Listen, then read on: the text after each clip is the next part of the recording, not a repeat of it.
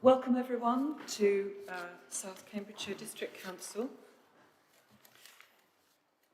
We're meeting today on Thursday the 21st of July, and whether you are attending remotely or in person, welcome. My name is Councillor Anna Bradnam. I'm the Chair of South Cambridgeshire District Council. My Vice Chair is Councillor Peter Fane.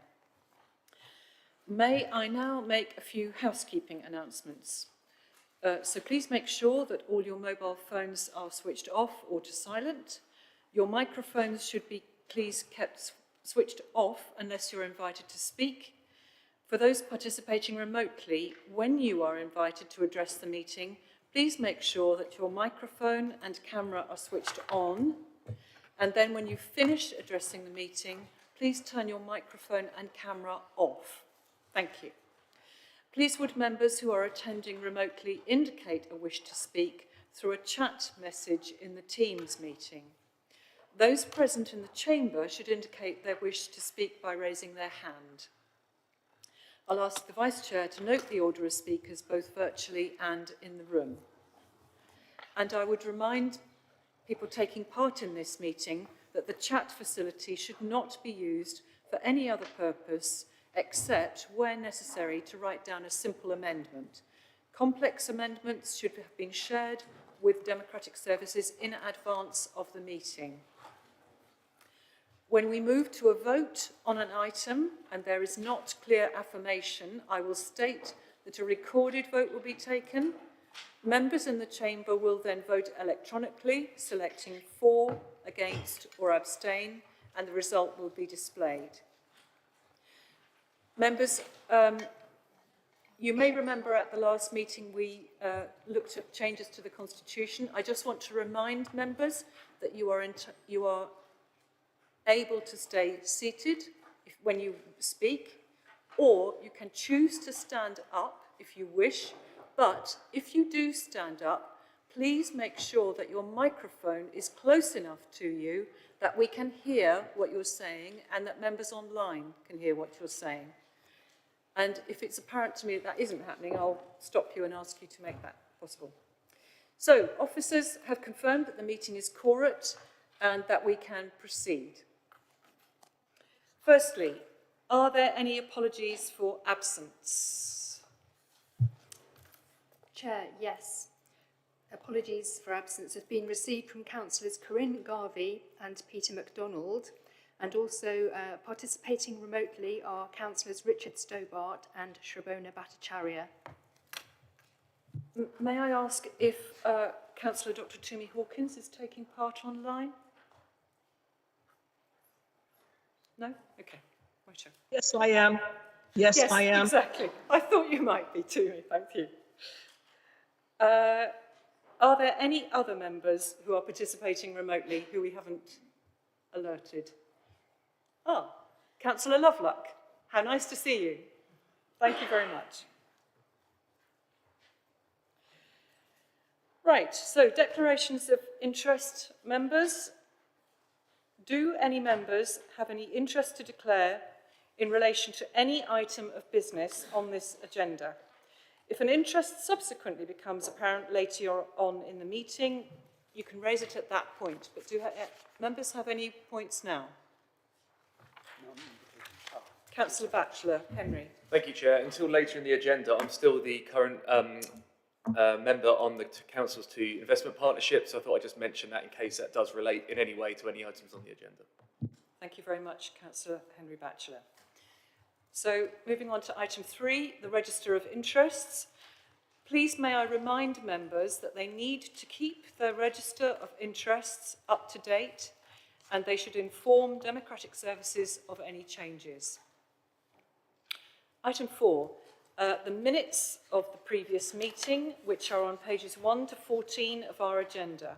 So, members, are there any items of adjustment that people wish for? Councillor Ellington, please give Thank you, Madam Chairman. On page 6, it says that Richard Williams is on the scrutiny committee, but in fact it's me. And he's also a substitute, which is quite difficult for him. So So Councillor Richard Williams is the substitute, you are the I'm the substantive member. substantive. Yep. Thank you very much. Councillor Ellington, any other items? Councillor Rippeth? On page 13, I assume this is correct because it's Councillor Heather Williams's opposition leader's annual statement, where it refers to the untimely deaths of 2 MPs. It's Sir David Amos, not just David Amos. Thank you very much. Perhaps we can add the words into the minutes. Thank you. Are there any other items? That's all. Thank you very much then. So members, can we approve the minutes thus amended of the meeting of the council held on the 26th of May 2022, please? Agreed. Lovely. Thank you very much, members.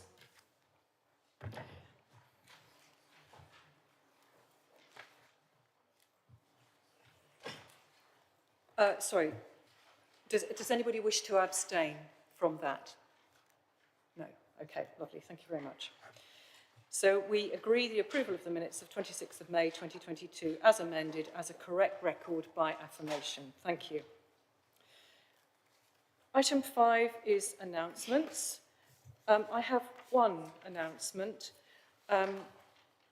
Just wanted to draw your attention, members, to the sad death of Robin Martlew, who represented Caldecott Ward for the Liberal Democrats between 2004 and 2010.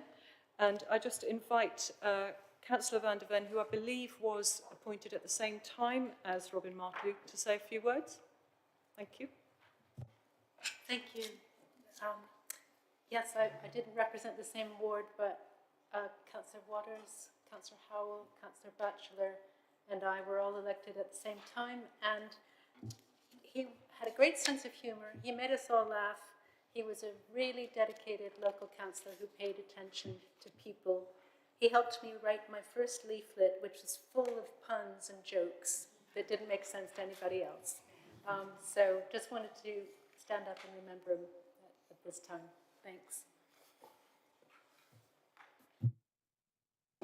Yep. Thank you very much. And Councillor Hawkins, Councillor Dr. Toomey Hawkins, would you like to say something? Thank you very much for allowing me to speak. I very much miss Robin Martlew. I have been representing Caldecott since he stepped down and retired. He taught me a lot. And I still remember him saying to me, do not forget those people who are, I think we call them out, you know, not within the villages, but those who are, you know, who are difficult to get to. And because of that, I make sure that, of course, you know, I make sure I keep them informed of what's going on, you know, within the district, because very usually they don't know these things. And yes, he was a good man, very active when he was a councillor, and I had big shoes to fill when he left. But I just want to say I'm pleased that we are at least acknowledging him today, and for the opportunity that he in some ways gave me to be a good councillor for Caldecott Ward, as it was then and is now. May his soul rest in peace. Thank you. Thank you very much, Councillor Hawkins. Leader, do you wish to make any announcements? No, I've no announcements to make, but I would just like to thank those two councillors who've talked about Robin. He was just a lovely man, actually, and I can't add anything to what's been said. Thank you very much. Right, so do any of the members of the Cabinet have any announcements? Or Leader of the Paid Service? Thank you, no. Okay.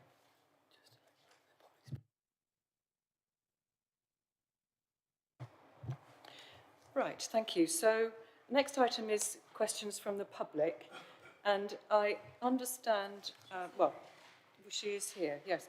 So we've received a public question from Councillor Hannah Copley of Cambridge City Council, which can be found in our agenda packs on little 2 of our agenda. Just one moment. And Councillor Copley is attending remotely. Thank you very much for joining us, Councillor Copley. Would you like to read your question? Ask your question? Yes, thank you. Can you hear me okay? Yes, we can. Do speak Yes. clearly. Yes, thank you. Yes, thank you to members of the meeting for the opportunity to ask this question. So this question relates to the police crime sentencing and courts bill, which I'm sure many members of this council will have heard of and may know about. As a very brief background, on June the 28th, new powers in the Police Crime Sentencing and Courts Act came into the force, and they redefined trespass with the intent to reside as an imprisonable offence, which allowed police to seize vehicles from those suspected of this. There's a severe and nationwide shortage of legal stopping places, which effectively criminalises nomadic life in England and Wales, and has been described by gypsy and traveller advocacy groups as an attempt to eradicate their traditional and nomadic culture. And you may have seen in the news that the consequences of the Police Crime Sentencing and Courts Act were made very apparent in Milton Keynes last week, where there were multiple riot vans and the police brutally evicted a group of travellers, including children, from a roadside camp.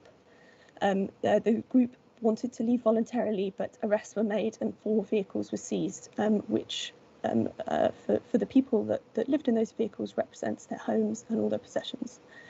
So my question to the Chamber is, following royal assent of the Police Crime Sentencing and Courts Bill, now the Police Crime Sentencing and Courts Act 2022, what specific steps will South Cambridge District Council take to counteract and prevent contributing to the systemic racism that this Act represents? Thank you, Councillor Copley. I believe Councillor John Batchelor will respond to that question. Right, thank you. Thank you, Councillor, for your question. Wasn't there a second question? Is that being asked now? The question that has been posed at this point is question A on our agenda. Okay, A. So my response to that is as follows. There are a number of parts in the bill that most certainly do cause us concern. This includes Part 3, which gives additional powers to the police to impose restrictions on peaceful procession, assembly and protest. These obviously impinge on people's rights for freedom of expression. However, given the second part of the question, it would seem likely that the question is based upon Part 4 of the Act, which provides increased powers for police to respond to unauthorised encampments, which would create a new offence of residing or intending to reside on land with a vehicle where it causes or is likely to cause significant disruption, damage or distress.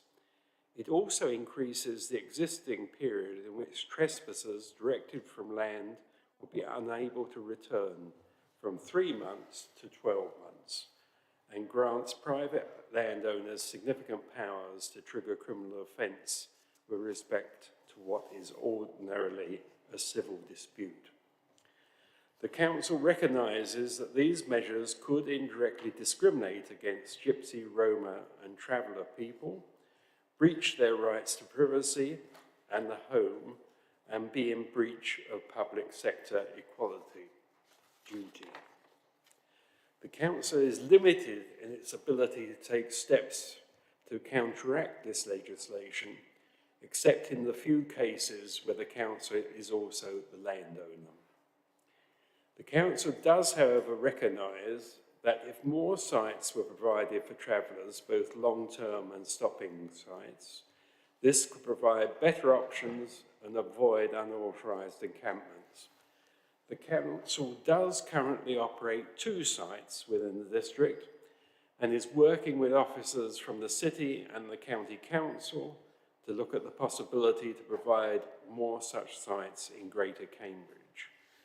Moreover, a recent community safety partnership project saw a great many district and parish councillors and community members trained in GRT awareness and encouraged to consider identifying negotiated stopping sites where it will be acceptable for an encampment to remain in situ for an agreed period before moving on.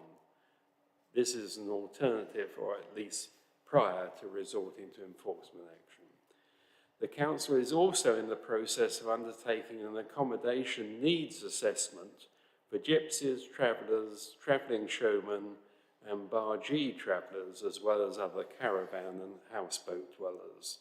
This assessment will help to identify the need for additional gypsy and traveller sites, which will inform the next local plan and then assist in our plan making for future provision. Thank you. Thank you, Councillor John Batchelor. Councillor Copley, did you want to ask the second part of your question, albeit that Councillor Batchelor appears to have answered that because it has been written in our agenda paper? Do you wish to ask your second supplementary? Thank you. Yes, I haven't seen the answer to this question, and Councillor Batchelor didn't answer it just then. So if I may just briefly comment on what Councillor Batchelor said, it's very encouraging to hear that there has been encouragement to identify sites of negotiated stopping. I'm not, the purpose of my second question is that I'm not clear to what degree evictions are happening in South Cambridgeshire District Council. The Gypsy Traveller Accommodation Needs Assessment does not by definition include evictions as part of its methodology. I understand from discussions with officers. Ms Copley, do you want, Councillor Copley, sorry, would you like to just read your supplementary question, since that is what is on our paper? Thank you, yes. So the second question is asking how many evictions of members of the Gypsy, Roma and Traveller communities, by specifically that I mean unauthorised encampments, have taken place since July 2021 that South Cambridge District Council have been aware of. And of those, whether those evictions have been carried out by South Cambridge District Council, Parish Council, County Council, private landowners or any other bodies. And I'm asking if I could be provided with the total numbers of evictions based on who carried out the eviction, to the extent this knowledge is known by South Cambridgeshire District Council. Thank you very much, Councillor Copley. So, Councillor John Batchelor, would you like to respond to that second Yes, thank you very much. Well, I'm very pleased to say that as far as South Cambridge District Council is concerned, the answer is 0.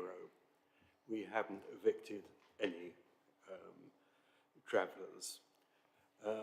In the broader context, we have more than 100 parish councils, the county council and private landowners who all have separate legal entities who have no obligation to inform the district council of their actions. It's difficult for the council to provide accurate information, and it would be more appropriate to contact these entities separately. Thank you. Thank you very much, Councillor Batchelor. And thank you very much for attending, Councillor Copley. We move on now to item 7 on our agenda, which is petitions, and we have not received any petitions. Item 8 is to consider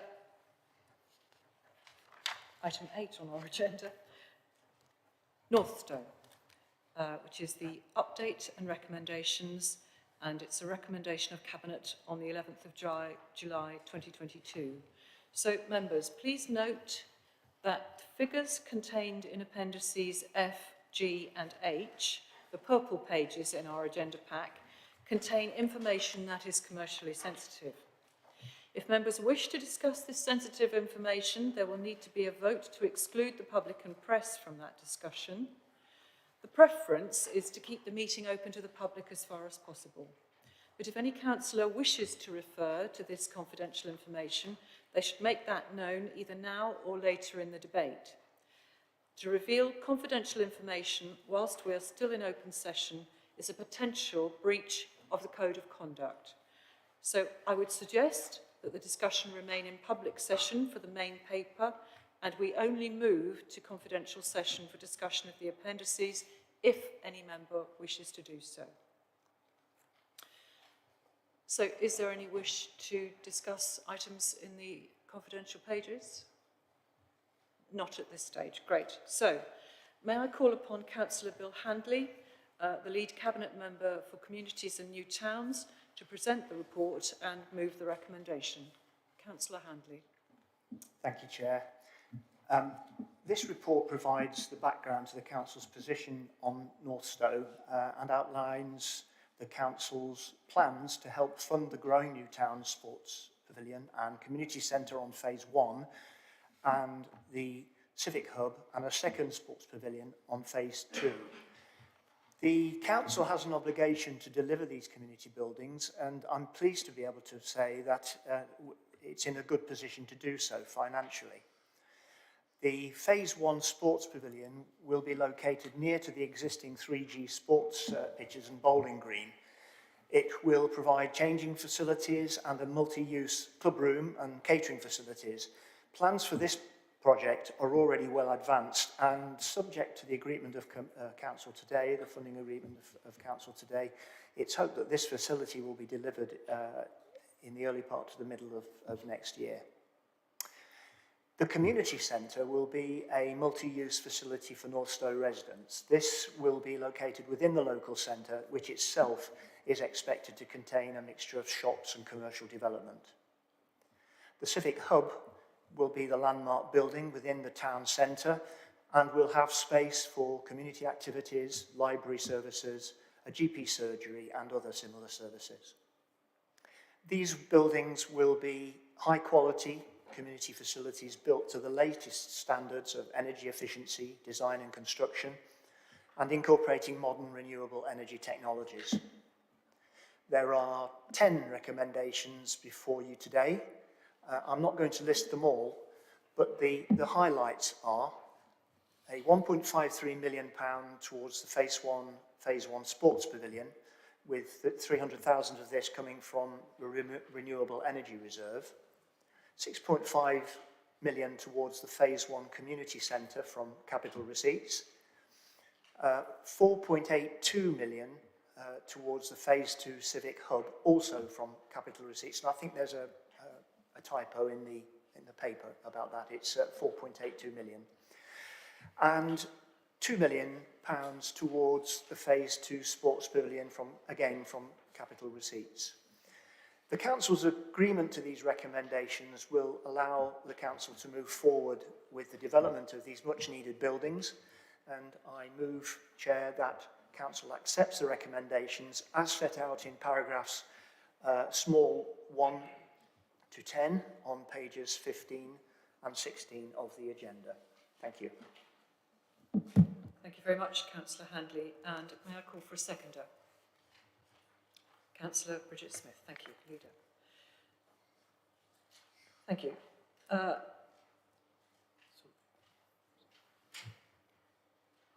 Thank you very much. Members, does anybody wish? I reserve my right to speak. Okay, thank you very much. So, members, we move into debate, unless there is... Councillor Heather Williams, who wants to speak.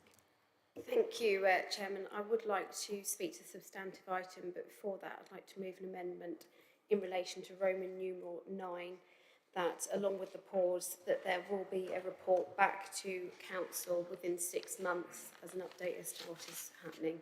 I believe that is agreeable. Thank you. Can I check with Councillor Bill Handley what your response is to that request? I agree with that's a sensible suggestion, and if necessary, I'm willing to second it. Thank you very much. Would you be happy for Councillor Handley to second that? Yes, Chair. Thank you very much. So that's great. So we're, with that amended, should we move into debate then, members? Would anybody like to speak? Councillor Heather Williams. Thank you, Chair. You didn't have to have such a tone of surprise at the fact we might have been able to agree on something. I for wasn't once. surprised at all, Councillor Heather-Williams. But yes, so I don't think anybody's going to argue that Northstowe needs community facilities. I think we've rehearsed that debate well in the past, and motions have had full cross room support. In fact, we had more parties in there, so it's a bit more meaningful then, maybe. But one thing that obviously by my amendment you'll realise is that Roman numeral 9 has created a bit of concern because there's an investment in there that hasn't gone to plan. These things happen, we appreciate that. But what I would like to do is seek assurance that given that things aren't going to plan on that investment and there was considerable millions of pounds spent on it, that what we won't see is this being given to one of our development partnerships, for example, Chair, and that we won't be seeking to be building housing as is happening on the enterprise zone area in Camborne. I think for Northstowe to thrive, this is an enterprise zone and should stay so. Thank you very much. I believe Councillor Dan Lentell would like to speak. Yes, thank you, Chair. Just to say that I'm in Northstowe twice a day for drop-off and pick-up, and once again on Sundays. And I would like to put on record that this is a really exciting new community, and I think that the community is very well served by the proposals that Councillor Handley has put before us today. This is an international community. It's a diverse and vibrant community, and everything that we do here means that we have this dynamic new feature on our Fen Edge landscape that will last considerably longer than any of us. So it really does matter that we get these things right. So thank you. Thank you very much. To clarify, I wasn't surprised. I was just trying to find my place in the papers. Thank you. I'd like to ask a question, if I may, and that is simply, since this is great and positive news, I'm really pleased to hear it, and considering how important this is to the community at Northstowe, I wanted to just ask how the community are being consulted on the development. Okay, thank you, Chair. Yes, we have recently set up a Northstowe Development Board, which will be, on which there will be a county councillor and a member of the Northstowe Town Council. It hasn't met yet, but we'll meet soon. We've already had preliminary discussions and they've been very optimistic and positive. While I'm can I just answer Councillor Williams' question? I think you asked the question about you need reassurance that no housing is going to be built. Sorry, I missed the actual question you posed, but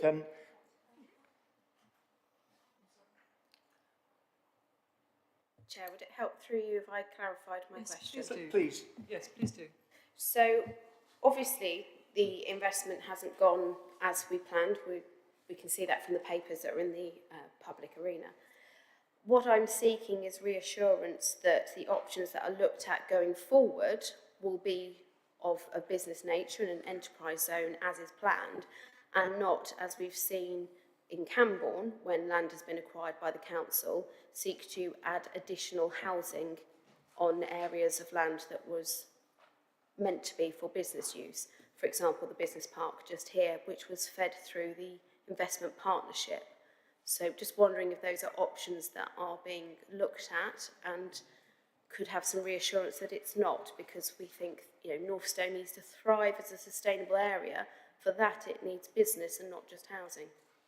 Thank you. Can I, Chair, So- can I defer to Liz Watts on that, please? Yes, thank you. Thank you, and through you, Chair. The terms of the sale of the enterprise zone prohibit housing, and it's designated as enterprise zone land until 2042, so there's no intention to put housing on that site at all.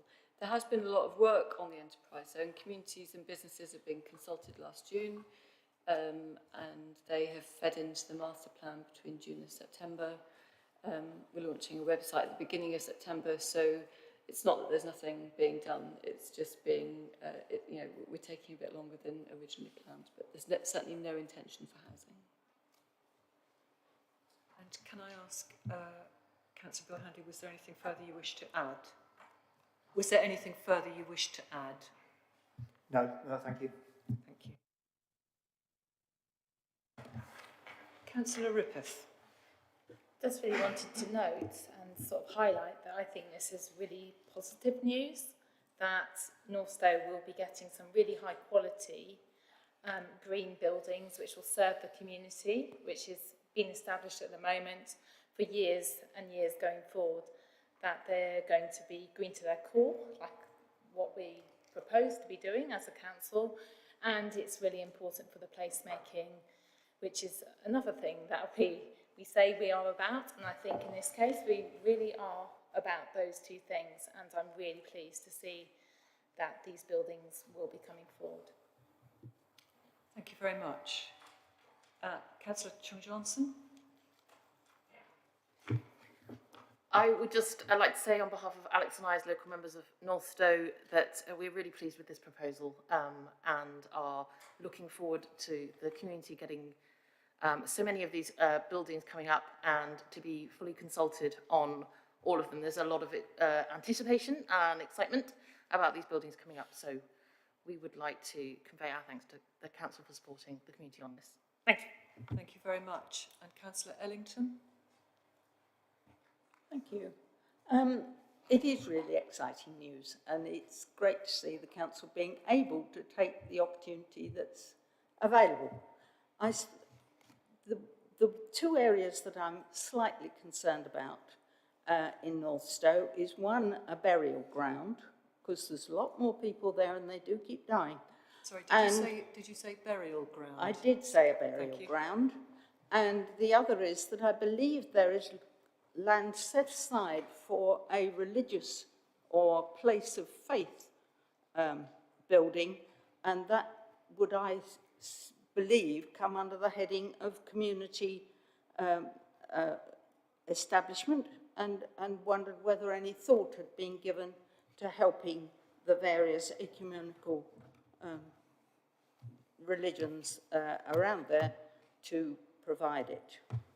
I might say that my colleague, Councillor Bhattacharya, would be looking for a Hindu temple, but I think that is possibly one step slightly too far within that sort of context. Thank you, Councillor Ellington. Councillor Handley, would you like to respond to that? There is land set aside for a faith building, not part of the buildings we're discussing at the moment. It's a little way ahead, and I know that the work on that will begin in due course. As far as the cemetery goes, I'm afraid I can't give you an answer unless there's any officers here. Are there any officers here who might be able to comment on that? Can't see any hands up amongst the officers. In that case, I'll get back to you on that, Councillor Ellington. Somebody can. I'm being advised by Liz. Can we bring Stephen in? Oh, Stephen Kelly. Stephen Kelly, could you respond about the burial ground? I think I'd like to clarify it, but certainly in the assessment of the planning applications, we have had regard to the provision of burial facilities in terms of the infrastructure requirements. I can't offer a precise position on where and how they will be delivered, but certainly we can come back to it on you. But it was a planning consideration. And Councillor Nieto, did you wish to speak? Where are you? No, thank you. Leave it. It's open. Okay. Yeah. Thank you, Chair. I just wanted to. But excuse me, are you reading from your laptop? Because could you put it to one side? Otherwise, it blocks the microphone. Thank you. Do go ahead. I just wanted to ask if there's any issues with businesses, if any businesses are going to be impacted by this delay. So are any businesses going to be impacted by this delay? Councillor Handley? No, and I suspect the local businesses that are impacted, it will be in a positive way, because there will be building facilities that local businesses can use. Thank you very much. Are there any further questions on this matter? No. Okay, so let's move to the recommendation then, which is on page 15 and 16. Oh, sorry, Leader. Sorry, yes, you're seconding it. I do apologise. Thank you very much indeed. So it's always a real pleasure to visit Northstowe. I was there some time ago now, actually, as part of, don't forget that it was a Healthy Towns initiative, and we were there with various representatives from government concerned with the health sector. And so actually Northstowe has been very successful in delivering the infrastructure to allow people to be fit and healthy, to cycle and to walk, to have walks where there's places to regularly sit down if your legs aren't quite as good as they used to be. So, you know, we mustn't lose sight of the Healthy Towns initiative, which was a government-funded initiative in the first place. It's really sad the money didn't follow to do the assessment work on the efficacy of all the interventions there. But I think that's what's very much appreciated by the people living there. Myself and Councillor Handley met with the Mayor and the Deputy Mayor just this week, and they were at really great pains to tell us what a great place Northstowe is to live and how happy people are. And they had a special praise for the sports facilities that are there at the moment. They are exemplary. They're just missing a pavilion. But, you know, the pavilion is hopefully ready to go once, well, depending on the decision that is made today. Councillor Handley's referred to the Northstowe Delivery Group, which I think will ensure that, you know, the local voice, the local voice is paramount in helping us move all these plans forward. I'm confident that these aren't just going to be any old community buildings. They're going to be the kind of M&S of community buildings. They're going to be landmark facilities, which hopefully will provide a template for future community buildings in places like Bourne and Waterbeach. And at a time of escalating construction costs, it's a relief to me personally, I'm sure to everyone in this room, that this council is in a position to make this happen through a fully funded package. Many councils would not be talking about doing what we're doing. They'd actually be talking about doing a lot less than originally planned. Whereas we are actually talking about doing more, certainly in terms of the quality of build and the quality of placemaking. So this is a really good news story. We would all like to have had it to tell earlier, but actually, you know, it's complicated. It's taken a considerable amount of work on the behalf of officers. Anne Ainsworth is now leading on this. She's got a fantastic team with her, most of whom are on the screen here. So I think we are going to move forward at pace, and we will be delivering something that all of us in this room will be really proud of, and perhaps we can even hold some of our meetings in some of these fabulous new buildings. Thank you. Thank you very much, Leader. So, we have Councillor Handley. Very briefly, Chair, I would just like to conclude by thanking the officer. This report has been a huge amount of work. A lot of officers involved. As the leaders just said, several of them are on the line now looking over us. Just thank you to all of them. It's a great report and I commend it to Council. Thank you very much, Councillor Handley, and also thank you very much for the officers being available to answer any questions had we asked them, so thank you.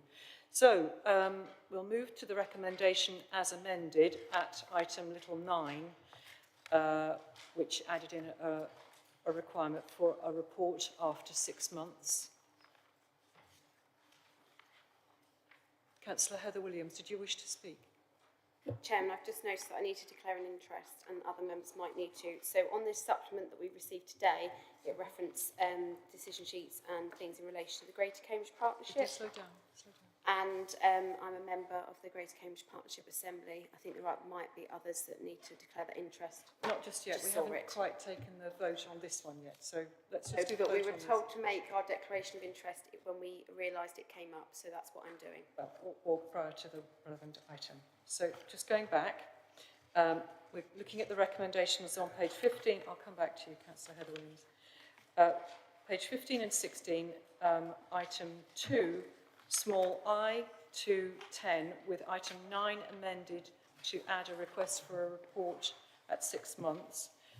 So, members, does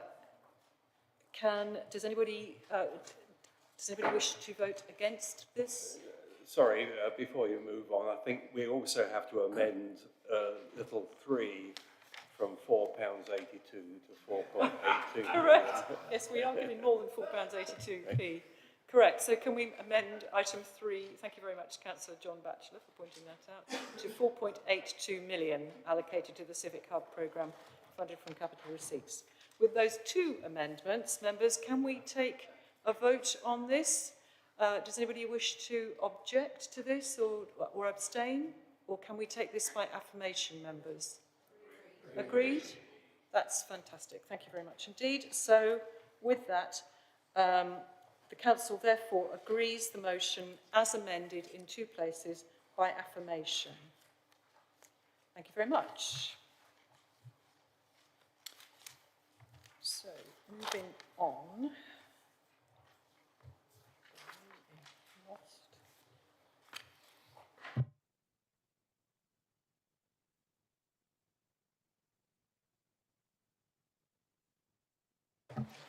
Members, so we move on to item 9, which is the Cambridgeshire and Peterborough Combined Authority, and we have a supplementary agenda.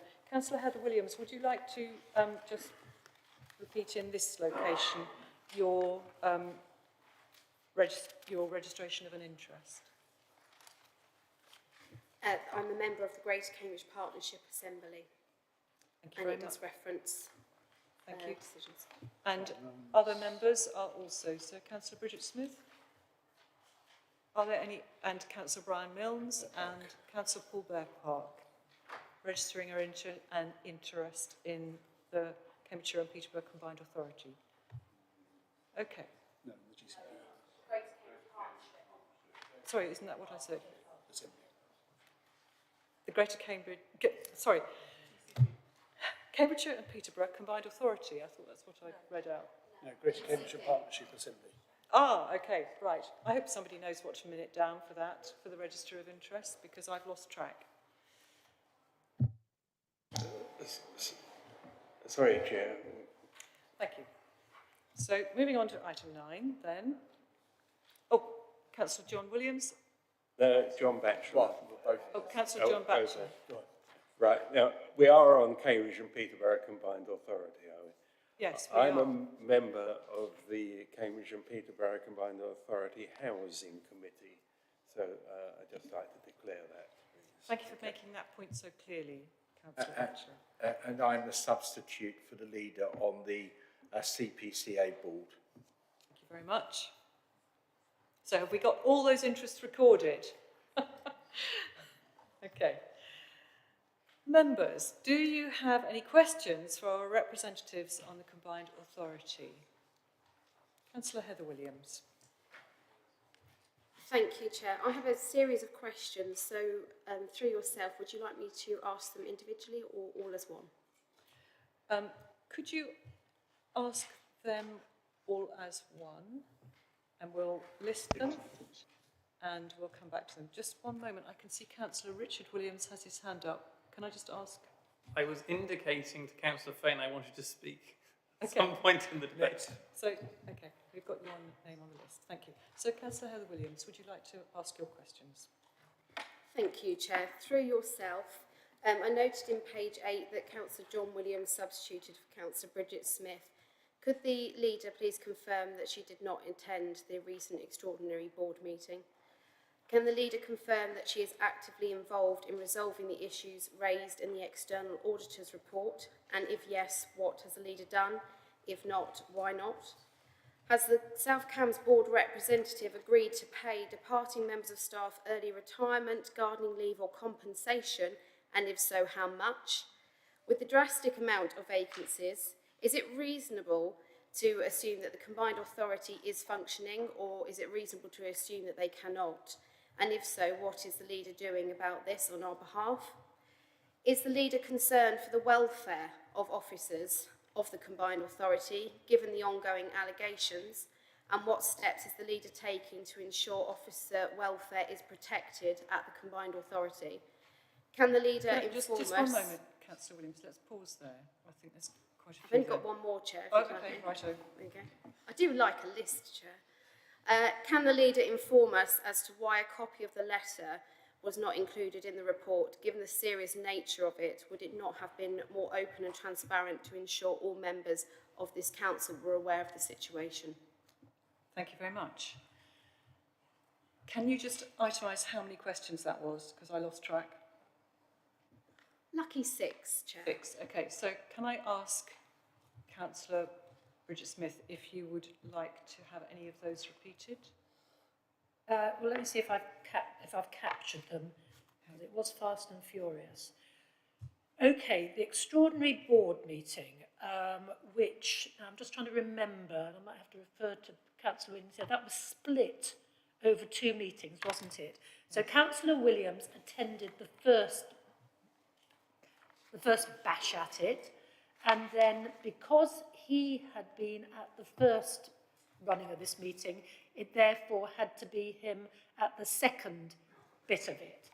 I think I attended as an observer for the second half, but I didn't have any voting rights, but I was allowed to attend as an observer. All right?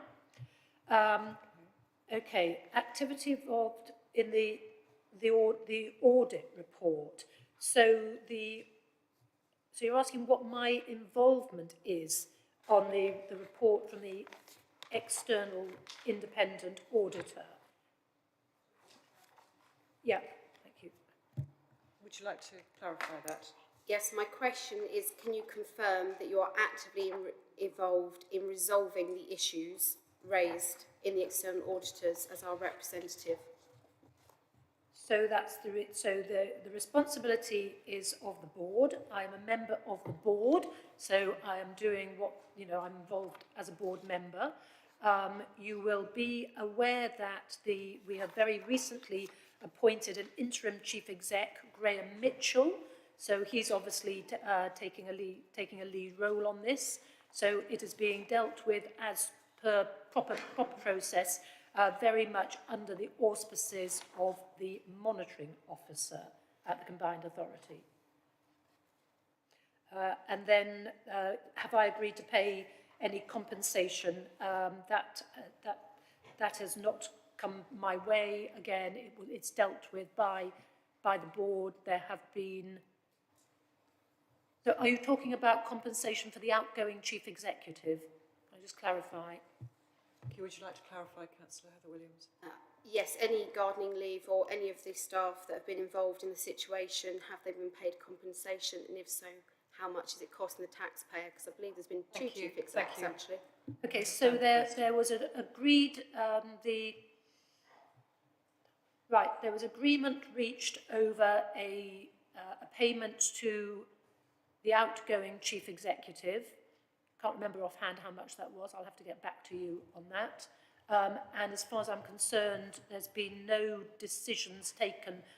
I'm not aware of gardening leave because it's not a board matter. And I'm not aware of agreeing any other payments to any other individual. I'm just looking at Liz Watts to just check that I've accounted that correctly. Liz. Chief Exec, would you like to speak? If I may, through you, Chair. These meetings were held in confidence, and although a significant amount of information has been leaked from the meeting, I don't believe it's appropriate for Councillor Smith to share this information. It's not information that is in the public domain. And I think Councillor Smith is subject to the requirements of the Combined Authorities Board and advice from the Monitoring Officer. The Combined Authorities Monitoring Officer, not our Monitoring Officer, who I imagine would say the same thing. Thank you. Thank you for reminding me of that. So, okay, so... So then you've asked, is the Combined Authority functioning? Yes. I am reassured by the involvement of our chief exec and the chief executives of all the partner authorities now, who are working with the officers, with the new interim chief executive and with the Department of Levelling Up to address any existing issues with the Combined Authority. So yes, it is functioning, and I am reassured now that the expertise of our chief executives are there supporting and giving advice. And then on welfare of officers, it's really not appropriate for me to comment on any allegations or on the welfare of officers of the combined authority. And I'm sorry, you asked about a letter. What letter were you referring to? I don't think you said. Go ahead. So to clarify, my previous questions was, were you concerned about the welfare of officers and what steps are you taking to ensure officer welfare? I don't believe the steps. I'm not asking you to give details of allegations through yourself, Chair. I'm asking what steps have been taken to protect officers. Okay, so that's not quite the question that was answered. And also on my last question, it was the copy of the letter from EY that is in the public domain, dated the 1st of June, which is not in our packs. Oh, okay. Well, as I say, it's in the public domain. I don't, we've never included in the packs every bit of correspondence coming to the Combined Authority. They're all available on the Combined Authority's website. So, the links are there. If people are interested, they can go to the Combined Authority's website. It's not for us. We routinely publish the decision sheets, but we don't. It would be very odd if we started cherry picking bits of information to put into our packs. I'm going to, because I think I'm very cautious about commenting on anything to do with officers. I'm going to refer to Liz Watts, please, on the first question there. Thank you, and through you, Chair. Yes. Concerns have been raised about the welfare of officers, and it's not surprising when there's been, significant change at the top of any organisation.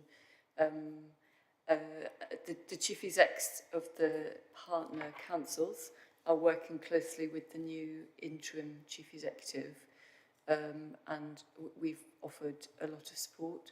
We're also, a number of us are working with a number of officers within the Combined Authority and, trying to show as much support as we can so that the officers of the Combined Authority feel as though they are grounded in the councils of the Combined Authority. I think that's a work in progress, but it's certainly something that we are very invested in. Thank you.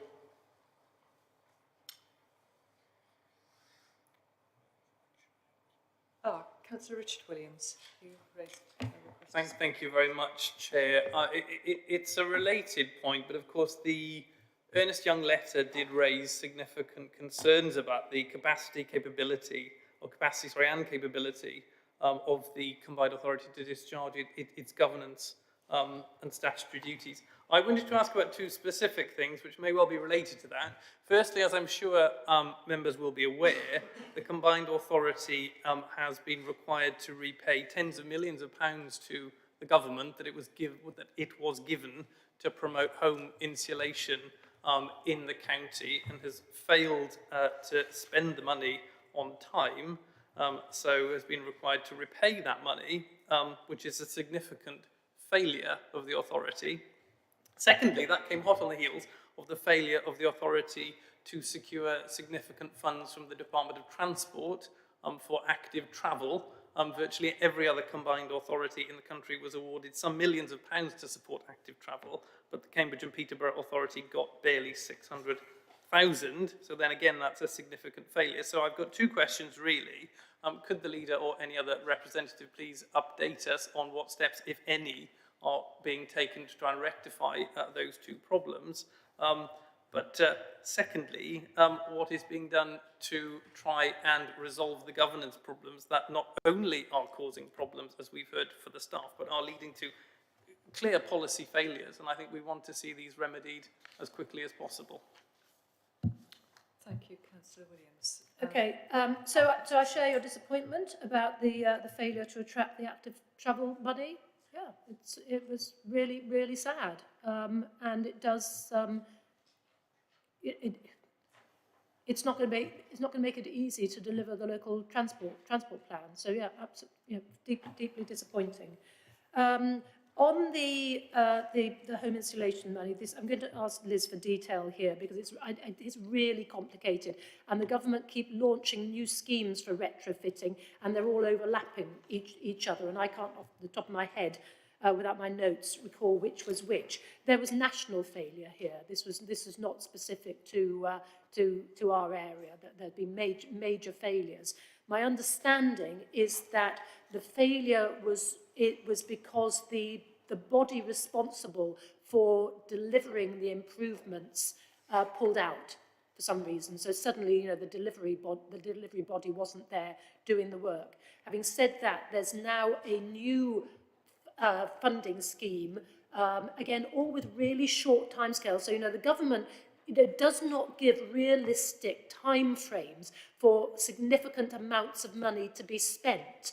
And so I know that the combined authorities applied for an extension, both of the original funding, I think, and Pippa Hailington knows a lot about this, the original amount of money, and also for this second lot, which is overlapping it.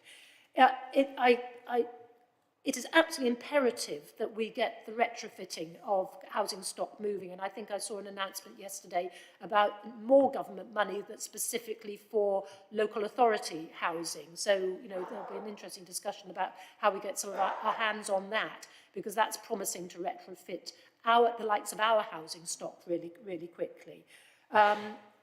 Liz, can you add any more detail? Because I'm sorry, I've been quite woolly on that, I'm afraid. Thank you, and through you, Chair. Woolly, but covered everything. So basically, it's a supply chain issue. The Combined Authority appointed a delivery partner. The partner pulled out. It is incredibly hard to procure delivery partners for this work because it's in such huge demand.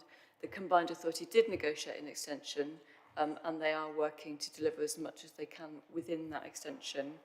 I was just looking to find, I think there's going to be a further £13 million spent between the 30th of June and the 30th of September. So recovering the position a little bit, but it is essentially a fairly significant supply chain issue, which, as Councillor Smith said, is a national issue. We're not the only combined authority to be in that position. Councillor Richard. Yeah, if I could just come back on that. Thank you both for those answers. It's unfortunate if the contractor pulled out, but the West Midlands Combined Authority did manage, I think, to spend all of its money that it got under this scheme. So I'm not sure it's quite that every council has had problems with this. And I did ask another question, which I just would be grateful for a few words on. Could you clarify the other question, because I didn't quite capture what the actual question was? The question I came to is, what are we doing, or what can the leader tell us what South Cambridgeshire District Council is doing to try to ensure that these failures to spend the money on insulation, particularly active travel, as you've said that you're very disappointed about, what are we doing as a council to try and ensure that the combined authority is better at these kinds of things? Because I don't think they're unrelated to the governance problems we talked about earlier. Yes, and and if we're talking about money going back, quite a substantial, some tens of millions went back under the previous mayor, of course, from money that was designated for housing because of failure to do that, and that was stopped again by government because they weren't happy about the governance around it. So I think we've already said that Dulac are working with us, our chief executives, who I have every confidence in, are working as a team to try and address the inherited problems. These aren't problems that have cropped up in the last 12 months. These are problems that I've been on this board now for over 4 years. They go back to my experience of the has been that there's been room for improvement. But I'm now confident that we've got the will, we've got the people. And we can move this forward. And there's a question later on about combined authorities and what the benefit they will be to us, which I hope will add something to what the value is. So we are working hard. We're doing our best. It's not just down to the politicians. We have our chief execs in the room. South Cambridgeshire is doing its best, but very much in partnership with the other authorities. We need to make this work. Thank you very much, Leader. And we have a further question from Councillor. Sorry, just before I go, thank you for your question, Councillor Dr. Richard Williams. Councillor Heather Williams, go ahead. Thank you, Chair. I realise there's quite a few Williamses in the room. It gets a bit of a tongue teaser. I just would like to ask a question on what the Leader just said about confidence. So are we to take this that despite the letter from EY and despite everything that's going on, that the Leader has confidence in in the Mayor to carry out and exercise his duties given everything that we have seen, whether it was meant to be seen by us or not. And also on the money, we've never been restricted to know how much before. Details of the person may be, but we have always been told how much at this council has been spent on gardening leave, etc.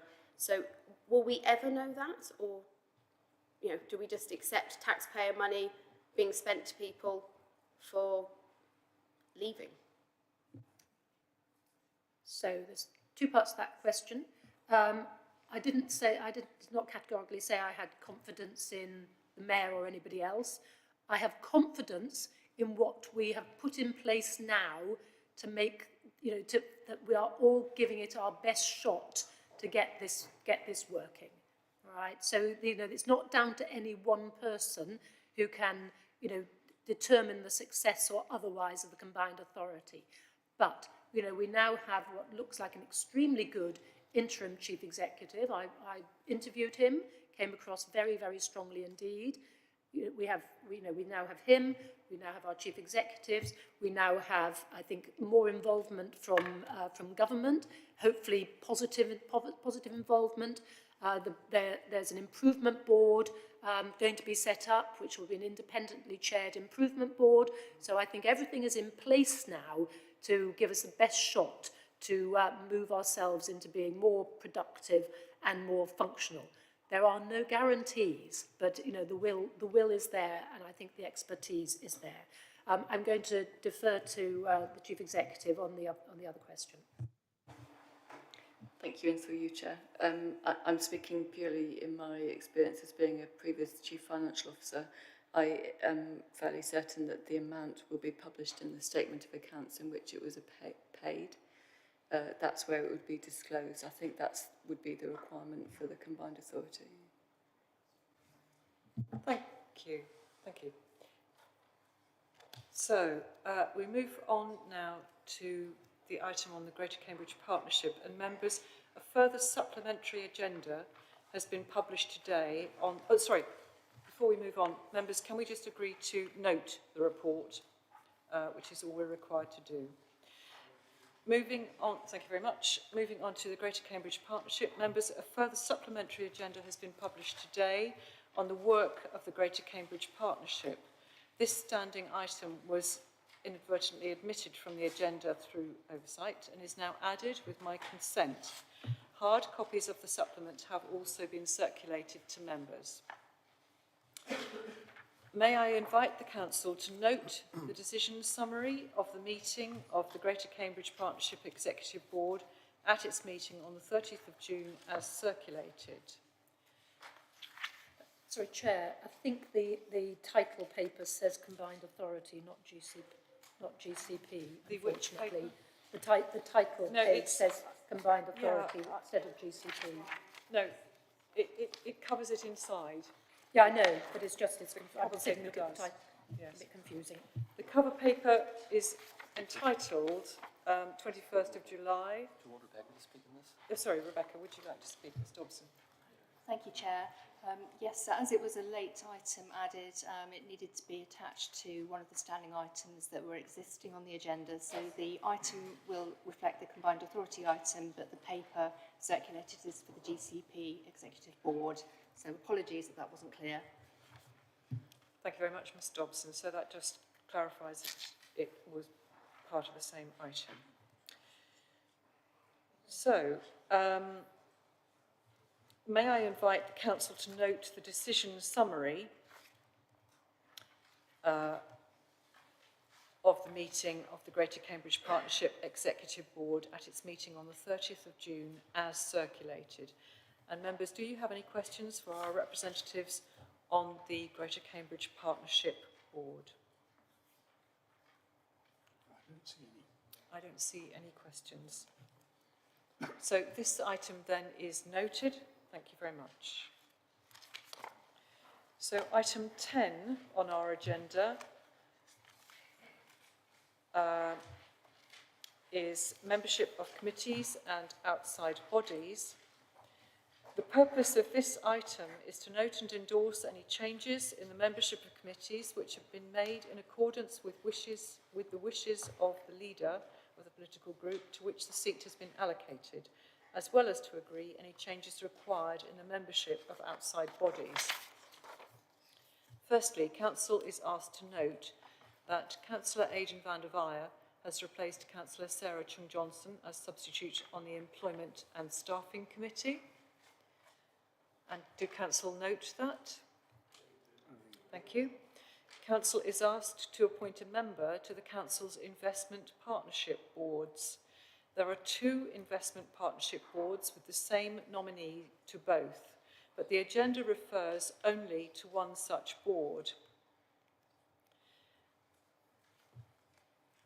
Therefore, I will alter the wording of the motion to: Council is asked to appoint Councillor Richard Stobart as the Council's board member on both the South Cambridgeshire Investment Board and the South Cambridgeshire Partnerships Project Board. I invite Council to signify its consent to this alteration. Do you agree, members? Thank you very much. I therefore propose the appointment of Councillor Richard Stobart to these 2 roles. May I have a seconder, please? Second that. Thank you. That's Councillor Peter Fane. Oh. Sorry. Jumped in too quick. Sorry. Is that acceptable, Leader? So we're doing the Councillor Richard Stobart's. Yes. Yeah. Well, I mean, Sorry, that was. Forgive me. It was to have been seconded by Councillor John Williams. Yeah. Would you like to second that? Yes, certainly. Thank you very much. I apologise. Thank you. So, members, are you happy to approve that? Thank you. The next item is that Council is asked to appoint 1 Liberal Democrat and 1 Conservative to the Housing Engagement Board. So may I ask for a nomination from the Liberal Democrat group? Councillor Bridget Smith. Thank you. I'd like to nominate Councillor Joseph Hales. Very much. And do you have a seconder? Thank you, Councillor John Batchelor. So the next one is, do we have a nomination from the Conservatives? Thank you, Councillor Heather Williams. I nominate Councillor Mark Howell. Thank you. And to second? Councillor Graham Combe. Thank you very much. So, can we agree those by affirmation? Thank you very much. And finally, the Council is asked to appoint a Liberal Democrat substitute member to the Police and Crime Panel. So, do we have a nomination for that panel? Thank you, Councillor Bridget Smith. It's Councillor Helen Leeming. Thank you, Councillor Helen Leeming. Do we have a seconder? Or we do not need a seconder. Thank you. I don't think we need a seconder for that. We do. Okay, so Councillor Judith Rippeth has a seconded. Thank you. Can I just take your affirmation, members? Thank you very much. So, moving on, item 11 is questions from councillors. Members, you're reminded that a period of 30 minutes in total is available for consideration of questions. This includes those questions where notice has been provided, as set out on the agenda, and if there's still being time remaining after the questions with notice have been dealt with, we will deal with any questions which have been notified to Democratic Services Manager before the start of the meeting. Have there been any others? There have been no others. So these are the ones on our agenda.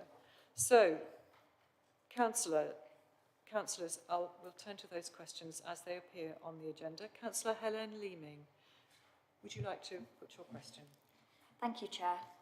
I'd like to ask, what is the Council currently doing to support Ukrainian refugees? Thank you. And I believe Councillor Bill Handley is going to answer that. Thank you. Yes, thank you, Chair, and I hope you'll allow me a little time because this deserves some attention. The first thing I'll say, to put things into perspective, is that South Cambridgeshire has the highest number of visas granted for a district authority in the country, and many of the council officers now dealing with Ukraine refugees and their hosts are the same people that spent 2 years working flat out on the council's response to the COVID pandemic. As soon as it became clear that refugees would be coming to our area, Processes were put into place to carry out home, welfare and DBS checks and to administer welcome payments. Around 600 guests have already received, arrived in the district, and those processes are working very well. They continue to work very well, and the efficiency has helped to keep sort of stress to both guests and hosts to a minimum. Once the guests started to arrive in the spring, it became quickly obvious that the £200 guest arrival payment was insufficient.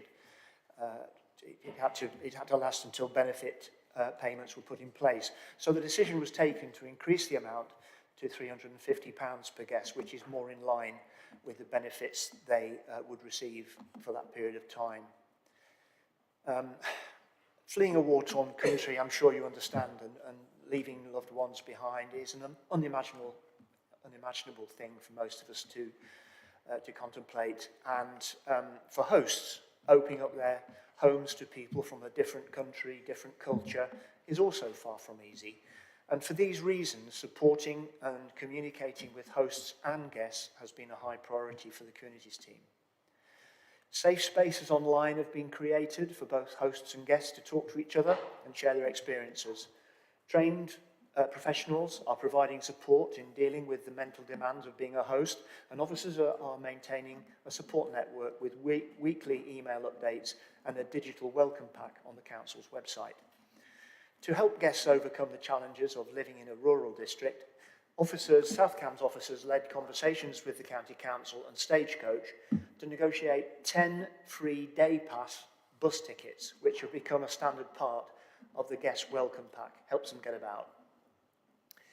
And another popular initiative that came from our officers is the Homes for Ukraine bike scheme, where working with local charities, donated bicycles are refurbished and offered free to adult and child guests, together with a lock, a helmet and training to help them get around safely for fun or work. And so far, 150 bikes have either been provided or are being refurbished as we speak. I have received myself some very supportive and complimentary comments from residents on the effectiveness of the council's response to this crisis, and I'm hugely proud of the immense efforts that officers have put into dealing with it.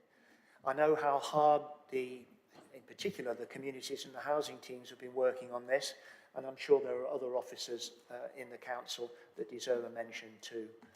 I'm sure that you, Chair, and all of the members present will join me in thanking officers for their quite brilliant response in rising to this challenge. I think everyone associated with the council can be very proud.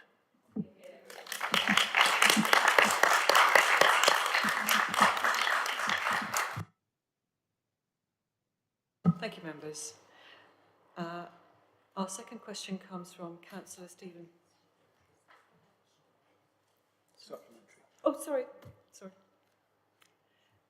Councillor Leeming, would you like to have a supplementary question? Yes, thank you. I'd like to thank the officers for all their hard work. But I also have a second question, which is, what are the challenges that potentially lie ahead? Thank you.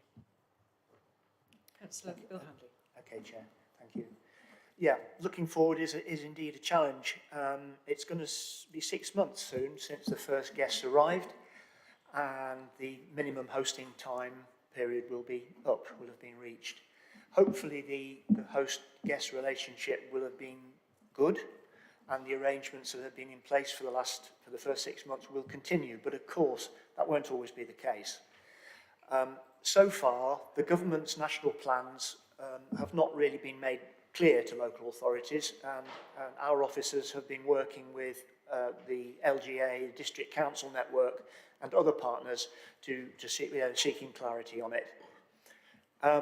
Locally, officers have launched a host survey in an attempt to quantify the scale of the possible challenge ahead, and the council's homelessness team is on hand to give advice too. And finally, I know that officers are looking for new ways, creative ways to help people find a home, especially those on very low incomes. To sum up, this is really very much an ongoing task. Thank you very much, Councillor Handley. Moving on, the second question is from Councillor Stephen Drew. Would you like to put your question, Councillor Drew? Thank you, Chair. In what ways is South Cambridgeshire District Council promoting local markets across the district? Thank you. I believe Councillor Handley is going to answer that question too. Thank you, Chair. The Council is currently engaging with existing market organisers in South Cambridgeshire to gain a better understanding of the current climate, the appetite for markets, the market for markets, if you like, and to assess future demand. There are at least 10 regular community markets running in the district, and officers are building positive relationships with the organisers of these markets to better understand the challenges they face and how they might help them. One outcome of the discussions has been the creation of an online markets toolkit and a directory to provide support to these communities, to communities who are thinking about setting up a market. And we do actively promote markets on our Visit South Cambs website. Thank you. Thank you very much. And Councillor Drew, did you have a supplementary question? Yes, thank you, Chair.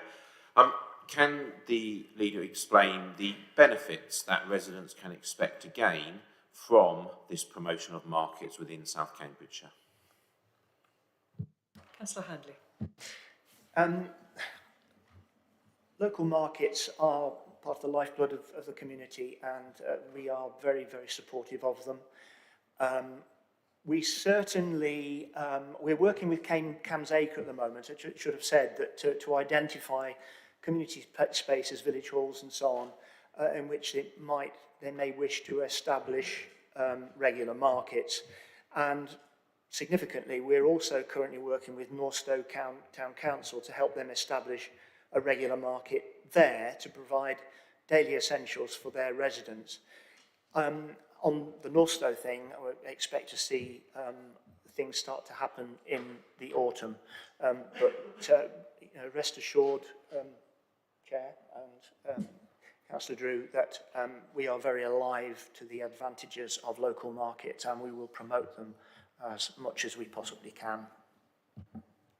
Thank you very much. The third question is from Councillor Dr. Richard Williams. Thank you very much, Chair. So my question is, can the leader explain to the residents and the communities who would be severely and detrimentally impacted by the proposed new line the decision to sign letters, because I've now seen another one, backing East West Rail? Thank you. Leader, would you like to take that? Thank you. As you know, I don't normally read pre-prepared statements, but I'm going to on this one because it's absolutely imperative that this is very clear. So this statement is on behalf of the Liberal Democrats in Cambridgeshire, not just South Cambridge, Cambridgeshire. So the Liberal Democrats in Cambridgeshire have been lobbying for the reinstatement of an east to west rail link for 50 years. The only thing that's changed in that time is the urgency with which we need to give people viable alternatives to the car in order to cut journey times, reduce our very high carbon emissions, and help people with the escalating cost of living. East West Rail is a government scheme being delivered by a private company, resulting in poor accountability and very little transparency. And it's been an enormous frustration that government has kept residents completely in the dark for years now about their intentions. And this is a pitiful way of delivering a major piece of public transport infrastructure. The two recent letters signed by all local council leaders, the universities and key business organisations to the Secretary of State and to the Chancellor were intended to pressure the government to come clean and make its position clear so that we can start to plan for a low-carbon, low-cost of living future for our region. We, and this is South Cambs Liberal Democrats, made it absolutely clear before May's election that we support the principle of a rail link and a station serving Camborne, because it is only by providing really good quality public transport that we enable all people to travel easily to work, to have equal access to opportunities, to reduce the reliance on cars and the consequential air pollution, the carbon emissions, the congestion, and the increased cost of living. And Camborne was built without any associated public transport infrastructure, and residents will benefit hugely when this deficit's addressed. However, and to pick up on your point, we are reserving judgment on the final route alignment and the location of the station because we do have grave concerns about the environmental impact of the whole scheme, and especially the impact on villages close to a new station along the route. And additionally, we believe that a new station must be readily accessible by cycle or by foot for the majority of residents of Camborne and the surrounding villages. And furthermore, it's absolutely essential that a railway line fit for the 21st century is electrified, and the Cambridgeshire Liberal Democrats will continue to campaign for that. Thank you. Thank you very much. Thank you very much. Councillor Dr. Richard Williams, do you have a Surprisingly, supplementary? don't remember that being mentioned in the Liberal Democrat leaflets in Newton, but I very much look forward to it being mentioned on the Liberal Democrat leaflets in the County Council elections in 2024. I'm sure the residents of Newton would love to know that. Anyway, going back to this letter to the Chancellor. Now, that letter basically writes a blank cheque. It says that the leaders who signed it offer full support for East West Rail, and they demand a commitment from the Treasury to deliver it in full. No caveats, a complete blank cheque. The letter that was sent to the Chancellor refers repeatedly, again and again and again, to Cambridge's growth. There is not a single word in that letter to the Chancellor about the villages that are impacted by that line. There is not a single request in that letter that the concerns of residents be addressed.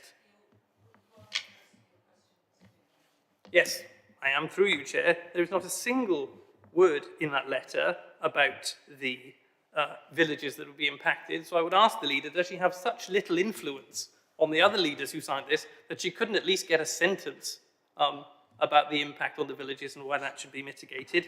In the words of one campaigner, though, on the broader point of East West Rail, no business case has ever been published. The communities affected by this line have never been asked. How could any responsible council sign a blank cheque for this project, and I would add, show so little respect for the communities that it is supposed to represent?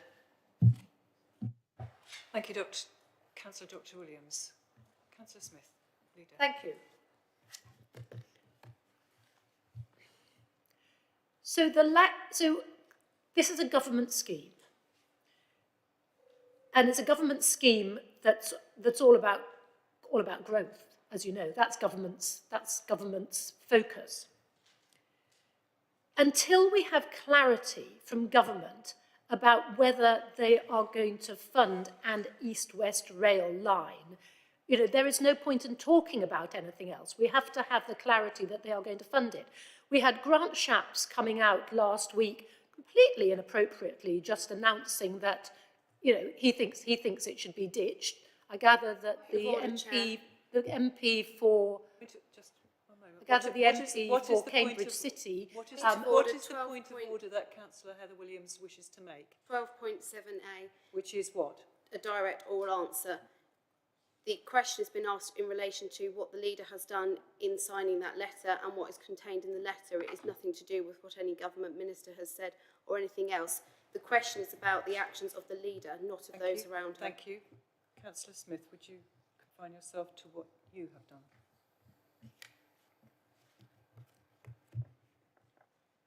So what councils and business and the universities need is clarity over whether government is going to invest in our region.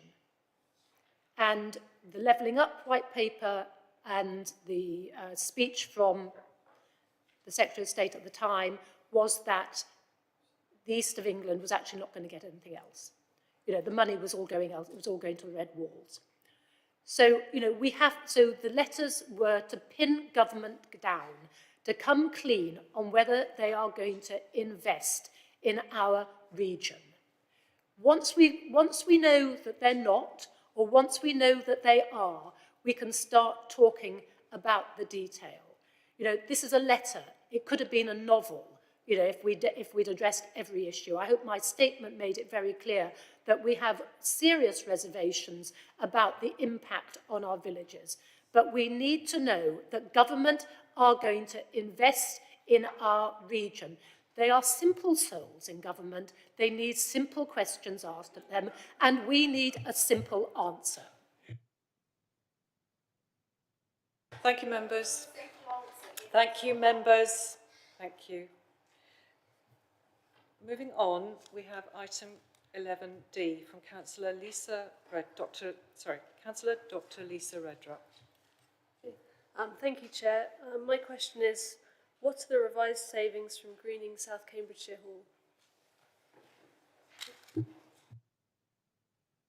Hall? I believe Councillor Brian Mills is going to be responding to this one. Thank you. Yes, thank you, and thank you, Councillor Redrup, and excuse my back while I answer your question. The fact that the utility prices have risen to record levels means that generating our own renewable energy here on site in South Cambs Hall has substantially reduced the payback period for this project. And that's driven by a price differential of roughly 15 pence per unit to nearly 50 pence now. So that increase in price means that the project will have now covered its cost in around 10 years versus the original anticipated 20 years. Extolling the virtues of generating our own renewable energy. Thank you. Thank you. And Councillor Redrup, did you have a supplementary question? Yes, I do. Thank you, Chair. Thank you, Councillor Mills, for your response. I just wondered if this could be a prototype for future projects, or how that could be done. Thank you. Sorry, did you say a prototype? Yes. Sorry, thank you very much. Councillor Mills, would you like to go ahead? I think it does. I mean, we have several projects on our Green to the Core agenda. Those of you know that I was getting excited a week or so ago about our new electric bin vehicle with its rotor press, which pushes it in and draws it back out, and actually is actually quite energy efficient in doing so. I hasten to add. But I do like the idea that we have 2,000-year-old Archimedes screw technology in a modern vehicle that's electric powered. But we have a limitation on those vehicles because of the generating capacity of the local grid. So the project that we have coming forward to build a solar panel array next to the Waterbeach depot will mean that we will be able to generate electricity for our own fleet and increase that by tenfold or so. And that's another example of the advantage of generating our own electricity, renewable electricity, when we're moving forward to a zero carbon environment. So yes, it's an exemplar and a prototype. Thank you. Thank you very much, Councillor Mills. The next question comes from Councillor Daniel Lentell. Thank you, Chair. What can my constituents in Over and Willingham expect in terms of tangible benefits following the appointment of a new interim chief executive of the Cambridgeshire and Peterborough Combined Authority? Thank you, Councillor Leader. I think you're going to take that one. Thank you very much. So we've talked quite a bit about the combined authority and mayors today.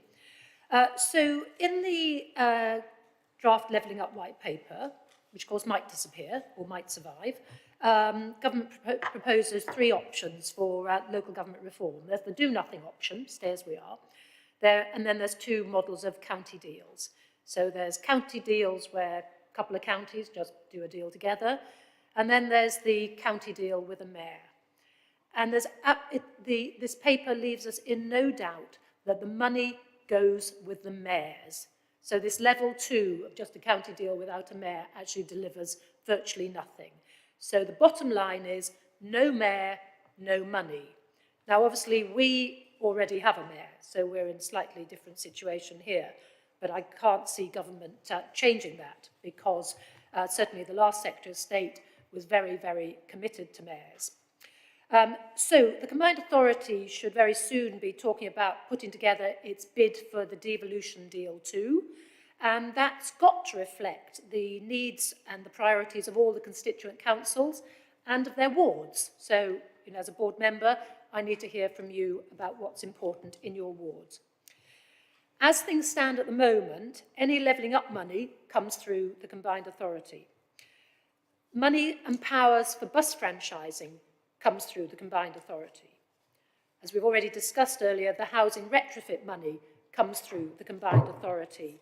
And almost all of the skills money sits with the Business Board, which is a subsidiary of the Combined Authority. And most importantly for me, the Independent Climate Commission's report and action plan is owned by the Combined Authority, and the Combined Authority, albeit it's not responsible for implementing all of it, is absolutely responsible for overseeing its delivery by its partners, and we are one of those partners. Now, the cost there is estimated at £700 million per annum to get us to zero carbon, and only the Combined Authority will be able to attract money that even touches that to help us deliver on the recommendations of the Independent Climate Commission. So it's incumbent upon us as a good partner to ensure the success of the Combined Authority in the future, as this is undoubtedly in the best interests of all of our residents, all of our wards, including all of our businesses. Thank you, Leader. Councillor Lentel, did you have a supplementary? No, thank you, Leader. Chair, just to quote Jerry Maguire, show me the money. Thank you. Thank you. And the final question is from Councillor Stobart. Would you like to ask your question, Councillor Richard Stobart? Yeah, thank you, Chair. So my question is this. Could the Leader please comment on the council tax collection rates for the tax year 2021 to 2022, bearing in mind the very difficult economic circumstances prevailing? Thank you. Leader, would you like to respond? I think Councillor John Williams Councillor John Williams, I'm dealing sorry, with this yes. one. Yes, sorry. Thank you, Chair. The Council was the second highest performing council for collection rates on council tax in recently published government figures. This is despite the many challenges we are living through, so our local residents must be thanked for supporting vital frontline services for everyone in the community. Being able to collect such a high proportion of the council tax means local services benefit, which ultimately benefits everyone in the community. It's difficult times for everyone, and we have, of course, worked sensitively with those who needed help paying their bills, such as arranging payment plans to spread those payments. We are always here to help residents who are concerned about their ability to pay in any way we can, and I would encourage those residents with understandable continuing worries to contact us as soon as possible.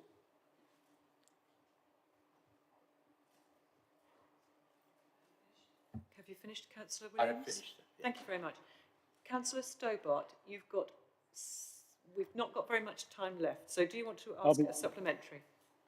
I'll be very brief. Thank you, Chair. Thank you, Councillor Williams, for your response. And I think you partly answered what I was intending to ask next, which is what measures are being taken to help those who are having difficulty paying. You talked in a fairly generic terms. Does that translate into detail that, in particular, councillors can convey to parish councils and to residents? Councillor John Williams, could you respond? Yes, you'll know from the budget making process back in the beginning of the year that we have introduced into this year's budget new posts to help our residents, particularly housing, to support them in helping them with their expenditure and therefore helping them to pay their council tax as well as their other bills. We also, as I've said, we also have schemes available to help people to spread their payments, and we also have within the Revenue and Benefits and Revenue Department, people with skills to help those who are entitled to ensure that they have the benefits that they are entitled to. So we are doing everything we can to help our residents meet the challenges ahead, or the challenges they face now, and that I'm not going to deny it's going to be a very difficult year, and it's going to be a very difficult next year and a year after that. But I can assure you that we are determined to do all we can to help our residents, not just to pay their council tax, but to pay all their bills. Thank you very much, Councillor John Williams, and thank you, Councillor Stobart, for your question. And we're done in the time. That's good. So we move on then to notices of motion. You're reminded, members, that a maximum period of 30 minutes is allowed for each motion to be moved, seconded and debated, including dealing with any amendments. At the expiry of the 30-minute period, debate will cease immediately, and the mover of the original motion, or if the original motion has been amended, the mover of that amendment, now forming the substantive motion, will have the right of reply before the motion or amendment is put to the vote. So, our motion is, we just have one on the paper, which is from Councillor Heather Williams. Would you put your motion, please? Thank you, Chair. I'd like to move this motion. Those of you who have been at the Council in 2019 will probably recognise it, because it's almost word for word the same motion as I brought back then, when I believe I was Deputy Leader of our group. It's something that I truly believe is necessary and would be an asset to this council if it was to move forward. I joked then that there was 3 of us in our 30s and that we couldn't stay young forever, as much as I may like, and it concerns me that we're still some of the young ones. So I do hope that, no offence made, Chair, to anybody that's puzzling now to which bracket I may have or may not put them in. So I very much hope that this will have a better airing than it did last time. I believe the leader's words were "not today" last time, and I think I was definitely not in her good books at that point. So I'm very much hoping... Concentrate on the motion that you're putting today, Councillor Heather Williams. I am putting, it's the same motion, Chair. So I'm hoping for a different response. I was told not today. Well, perhaps today will be the day. And I would urge people to look at the content of the motion as I did that day, and unfortunately didn't happen, but actually the words that are here in front of you, not the person who happens to have their name against the motion. So on the hope that there may have been a change of course, Chair, I will move this motion and would be very excited to take part in it. Thank you very much. Do you have a seconder? I'm happy to second the motion, Thank you, Councillor Cone. Do you wish to speak now or to reserve your right to speak? I'll reserve my right, thank you. Thank you very much, Councillor Cone. So, members, we're open to debate. Would anybody like to speak on this? Councillor Stephen Drew. Thank you very much, Chair. First of all, one of the great benefits of being young, something I am no longer, it is very clear, is that you get to reflect upon the things that happen and you can always look at a positive outcome. So therefore, I would definitely hope that Councillor Williams, who is slightly older than maybe she was when she first proposed it, will be able to engage with us all in moving forward. I would most likely definitely like to speak in support of the motion. As Councillor for Camborne, the town in our district that has the highest proportion of young people and which has a demographic which is significantly away from the demographic of most of the district, the needs of young people are absolutely crucial for us. That is not to say it is not the case for all councillors, but clearly in Camborne, young people are vital. I think there is a lot of good work already being done by the council. I would draw attention to the fact that the district council provided £500,000 of upfront S106 funding, which played a significant part in the building of the new amazing Camborne Soul building, which our young people are benefiting from. I'd also like to draw attention to the fact that the district council is supporting care leavers through apprenticeships targeted at them, which again brings us in support of vulnerable young people, and also the Wild Mind scheme that the district council has spent significant resources and time supporting. I think that Councillor Williams' suggestion regarding youth engagement in local politics is absolutely crucial. When I first joined Sawston Parish Council about 5 years ago, when I lived there, I was 44 and I found myself to be the youngest member of the Parish Council, something I had not experienced for many years. And I found it most entertaining to be the youngest person. What worried me was when I then moved to Camborne 4 years later, I was still the youngest member of the council. So I think it beholds us all to recognise that it is not about the slightly sort of contrite or silly statement of young people are the future, because I feel that that's not necessarily a very sensible thing to say because it's too obvious. But I think it's important we recognise that Councillor Williams' point about there not being sufficient young people within the council is obviously very important. We within the Lib Dem group now have a university student as one of our councillors, which is something we're very proud of. So I'd definitely like to support it, and I know that from discussion with my colleagues in the Lib Dem group that we are very positive and supportive of this motion. And today is a new day, Councillor Williams. Thank you. Would anybody else like to speak? Oh yes, Councillor Ellington. Thank you. I think I discovered the other day that I'm the oldest councillor in the chamber. So, but when I was a cabinet member, I did introduce a youth council, which brought young people from a number of schools in the district and was very well received.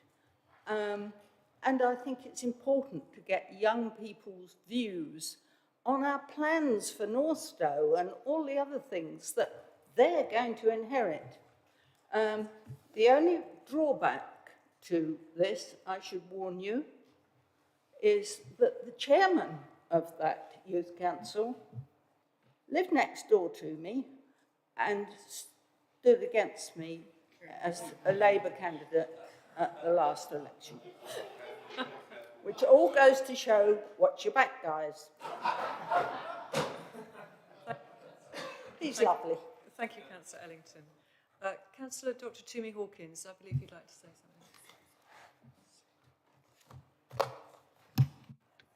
something. Thank you very much, Chair. Yes, I think I do recall the youth council that Councillor Ellington mentioned. And I was going to say, I don't know why that youth council ended when it did or how it did, but perhaps that is a lesson that we could look into and learn from.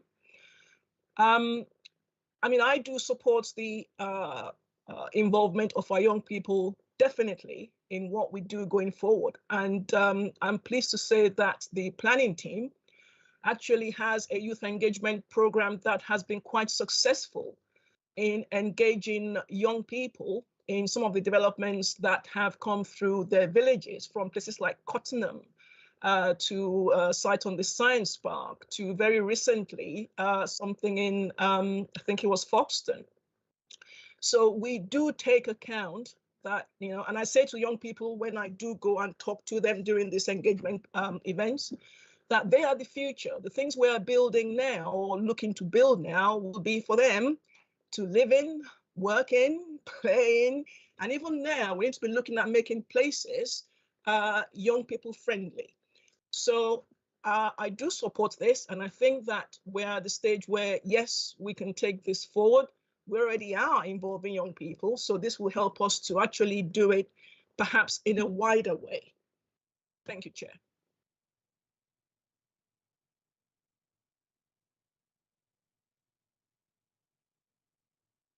Very much. It was just a couple of weeks ago that the Climate Change and Environment Advisory Committee members had a workshop and looking at how we're planning ahead, forward planning and brainstorming about what we did. And at that meeting, you know, I raised this, the proposal that we do in terms of climate environment, knowing that the latest report about climate anxiety amongst young people has shown terrifying statistics, really, about how they feel fearful, depressed, and anxious about the climate and ecological emergency. But why? And the reasons that came back in terms of the majority of the respondents of 10,000 young people in 10 countries, including this country, was that one, they felt that decision makers did not listen to them, and two, that they could not trust them to make the right decisions for their future. So they could have given up not listening to them, but if even then they didn't trust them to make the right decisions anyway, it was this lack of agency. So that agency to be part of it. Within the Climate Change and Environment Advisory Committee, we invited in local eco-councils, and we had them come to the committee and young people speak to us here in council, and those who were there know that was one of the most moving and humbling but also motivating meetings. It was also a class, master class. We gave them 1 minute each. There were 6 of them. They did it, and boy did they smash it. And I think we could all learn a bit, myself included, about that one. So I would just like to say, in that workshop, we did work with Office to see how we would bring them in, address the climate anxiety, give people that young age, that agency, those young people. So we'll definitely be looking at doing that from that angle. And I support this motion. Thank you. Thank you very much. And I've got Councillor Handley, Councillor Chun-Johnson, Councillor Batchelor, Henry Batchelor, and Councillor Brian Milnes. And would you like to go ahead? Thank you, Chair. Probably a symptom of my advancing years. I actually can't remember the discussion that we had on this in 2019, but I'm sure there was a very good reason for the outcome, the way the outcome went. I'd like to support Councillor Williams on this. I think it's a good idea. As the lead member for communities, I'll take away and speak with Gareth Bell and other officers to see how we might make progress. I hope that Councillor Williams thinks that's acceptable. Much. And Councillor Chun-Johnson. I too would like to support this motion. That's really welcome focus on the young people, because I think after Councillor Drew has highlighted his the demographic for his ward is got more young people in it than perhaps those of you in the rest of the room. And obviously what we've seen over the last decade or so is cuts to youth services, sure starts, youth workers, and I think it's clear across the district that there is actually a real lack of facilities for our teenagers and for young people to do things. We also have a lack of leisure facilities. I know Councillor Drew would also agree with ourselves that we'd love to see a swimming pool in our new towns. So always good to put a plug in for that. What I would like to suggest perhaps that this task and finish group, which is a great idea, could also, if possible, be covered with the county, because obviously the county has its own responsibilities on young people. If not formally as part of the task and finish group, then maybe in some kind of connection meetings that could happen at the start, midway through, and at the end, so that some of this cohesive working could work to deliver something positive. And also knowing young people and the points that they might want to raise to ensure that there is also some budget to try and enact some of their wonderful proposals that I'm sure they will come up with. Thank you. Thank you. Councillor Henry Batchelor. Thank you, Chair. As someone whose first involvement in local government was being elected to this council at the age of 24 into a party that was then in opposition, I can tell you the learning curve was quite sharp. So, I mean, I would absolutely support anything that we can do as an authority to help ease younger people into local authority without having to stand for public office at the first hurdle. So, yeah, absolutely support this motion, Chair. And has grown into the role beautifully. Thank you very much. Councillor Brian Milnes. So I bring news from Sawston, where Councillor Drew brought youthful vigour, but it's now been displaced by somebody even younger than him. But we on a more serious note, we really do need to foster an awareness and interest and some capture and harness the youthful vigour that I refer to in our young people. And it is there. I've witnessed it first time by being engaged by an 11-year-old at Sawston Fate, who was absolutely on the money in terms of his awareness of politics in this country, and we need an opportunity to capture that. And there is enough of it around if we can entice it into a youth council. So I'm very much in support of the idea. I really look forward to the day that we are debating a motion generated by such a youth council. Thank you. Thank you very much. And I'd just like to point out that I have a role in the I chair the corporate parenting subcommittee on the county council. And in that, we make a really active effort to include children in care in our decision making, to such an extent that we have alternate meetings with young people's involvement actually in the meeting. And then those suggestions that come up, which are often fresh and different to those which we might have thought of, they're brought forward into the subsequent meeting, which is the formal meeting at which we can make decisions. So I heartily endorse, in that case, involving children and young people, both those in care and those fortunate enough not to need that. So absolutely, I endorse this, and it sounds like we've got unanimous support for this. So can I just come back to Councillor Graham Cohn as seconder to this motion? Thank you, Chair. I endorse many of the comments that have already been made. I think it's really important that this council reaches out as much as possible in terms of youth engagement across the board and across all the different committees as well. So I support the motion as it stands. Thank you very much. And Councillor Heather Williams, would you like to sum up? Thank you, Chair, and it is very welcome to hear the comments that I've had. It's definitely a new day, as it didn't go this way last time. So may that be a reminder to everybody that perhaps perseverance pays off. If at first you don't succeed, try and try again. You might get a different answer. And I'm very pleased, Chair, that today there has been reflection and a change of mind. In relation to what was said about bringing county, I mean, that's not something that I would oppose. I have carefully worded this that obviously Cabinet will have an involvement to establish this, as they are the only ones that really could. And budget would be lovely, but I don't think I'd have got that past our very hard-working monitoring officer if I'd done that, because that would have been a budget requirement. He's shaking his head, so I hope I get a gold star from him. But thank you for your support, and let's hope that this is a trend setting for the future. Thank you very much. I haven't heard anybody speaking against this, so I'm going to suggest we take this by affirmation. Are members in agreement? Agreed. Is anybody against? And does anybody wish to abstain? No, great. So we can take that motion by affirmation. Thank you, members. Item 13 on our agenda is Chair's engagements.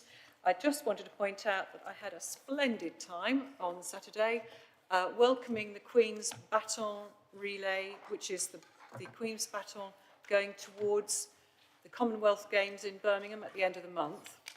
And thank you very much to all the staff at South Cambs, including and councillors from South Cambs who attended that event and who made it such a helped to make it such a splendid occasion. I also wanted to thank publicly the director of the Wellcome Genome Campus, who was so welcoming to us all and who they ran a really splendid event there. So thank you very much indeed.